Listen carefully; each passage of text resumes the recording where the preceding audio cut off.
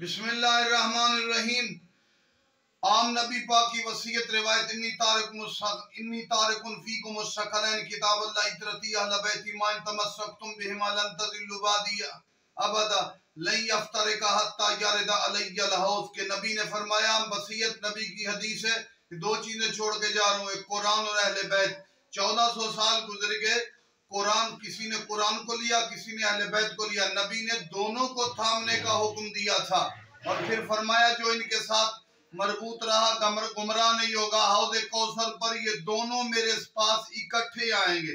اب تو قرآن اور اہل بیت کو ماننے والے برابری کے طور پر، دونوں استحکام کے طور پر، اعتدال کے طور پر ماننے والے نہیں ہیں، تو پھر کوثر میں اکٹھے آئیں گے۔ کیا شروع سے لے کر کوثر تک یا اس کے درمیان میں کوئی کیفیت ہے کہ جب قرآن اور اہل بیت کو برابر مانا جائے گا؟ نہ قرآن کے منکر ہوں گے، نہ اہل بیت کے منکر ہوں گے۔ قرآن پر عمل کرنے والے بھی ہوں گے، اہل بیت پر عمل کرنے والے بھی ہوں گے۔ وہ کون سا دور ہے؟ جب سے اسلام آیا اس وقت سے لے کر اب تک تو نہیں ہے۔ حوض کوثر پر اکٹھے پہنچیں گے، درمیان میں وہ کون سا دور ہے؟ سوال یہی تھا۔ درمیان میں سرکار امام مہدی علیہ السلام کے ظہور کے بعد ایک ایسا وقت آئے گا کہ برابری کی سطح پر جیسے قرآن کو مانا جائے گا ویسے اہل بیت کو مانا جائے گا، جیسے قرآن پہ عمل کیا جائے گا ویسے اہل بیت کے ساتھ عقیدہ ان کی سیرت پر عمل کیا جائے گا۔ گویا ہر چیز اعتدال میں۔